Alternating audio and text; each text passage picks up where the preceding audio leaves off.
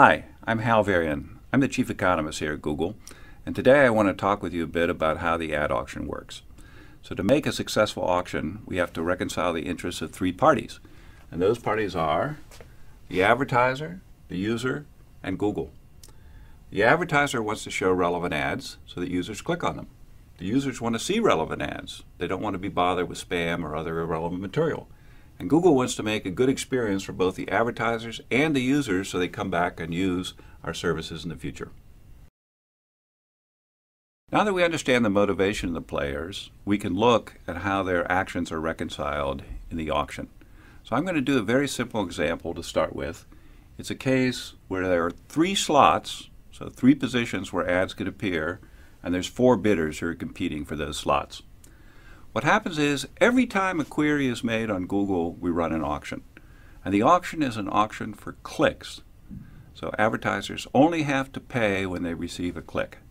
In this particular case, we have our four advertisers with different bids: 4, 3, 2, and 1. And the ads are ordered in terms of those bids. Highest bidder gets the first position, second highest bidder the second position, and so on. They don't have to pay their bid when they receive a click. They only have to pay the bid of the advertiser below them. So in this particular case, we have the first advertiser bidding $4, but they only have to pay $3, which is the bid of the second highest advertiser. Same thing for advertiser 2 and for advertiser 3. So in this way, each advertiser can bid their maximum willingness to pay, but what they have to pay is just enough to beat the competition. So I told you that was a simplified version of the auction. Let's try to do something a little more complicated. What's left out of the example I just gave was the concept of ad quality. So remember, users want to see relevant ads, advertisers want to present relevant ads to users, and Google wants both users and advertisers to have a good experience so they come back and continue to use the system. So what we're concerned with at Google is making sure that the ads that are shown to users have a high ad quality. So what is quality score? So there are three components of the quality score, and the biggest one by far is click-through rate. By allowing users to vote with their clicks, we have millions of people who are helping us decide which ads are best for each search query. Google's philosophy has always relied on user feedback as a key driver of decision making. So using click-through rate and quality scores is our way of incorporating that feedback into ad serving. Relevancy is the second largest component of quality score.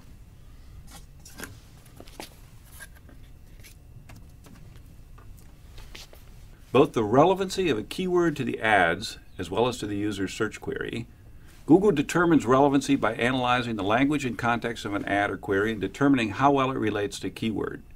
Google uses relevance to make sure that only useful ads are displayed to users, and it prevents advertisers from paying their way onto a search that's unrelated to their product or service. The third component of quality score is landing page quality.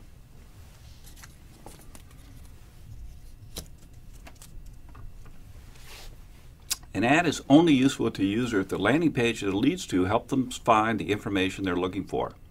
A high-quality landing page should have relevant, original content, be easily navigable with quick load times, a minimum pop-ups or pop-unders, and be transparent about the nature of your business, how your site interacts with a visitor's computer, and how you intend to use a visitor's personal information.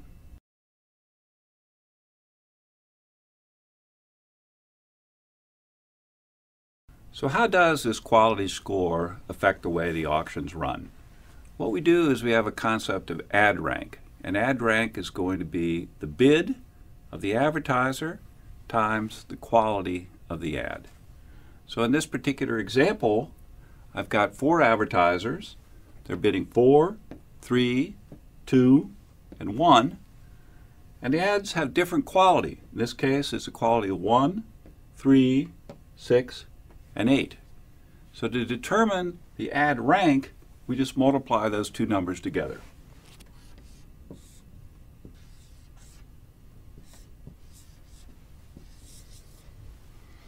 And then what we do is we rank the ads by the ad rank.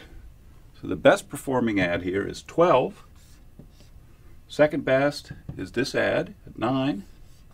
Third best is this ad. Then up here, the advertiser is bidding 4 has such a low quality that it doesn't get shown at all. So now we know how the ads are ranked. How much do I actually pay for a click? Well, we use the same logic as in the simple example I presented a few minutes ago. Namely, you pay the minimum amount that's necessary to retain your position. So think of advertiser in position 1. He's competing with advertiser in position 2. And the amount that advertiser 1 has to pay is determined by, here's the price he has to pay, here's the quality of advertiser 1, is going to be just enough to beat advertiser 2, who bids B2 and has quality level Q2.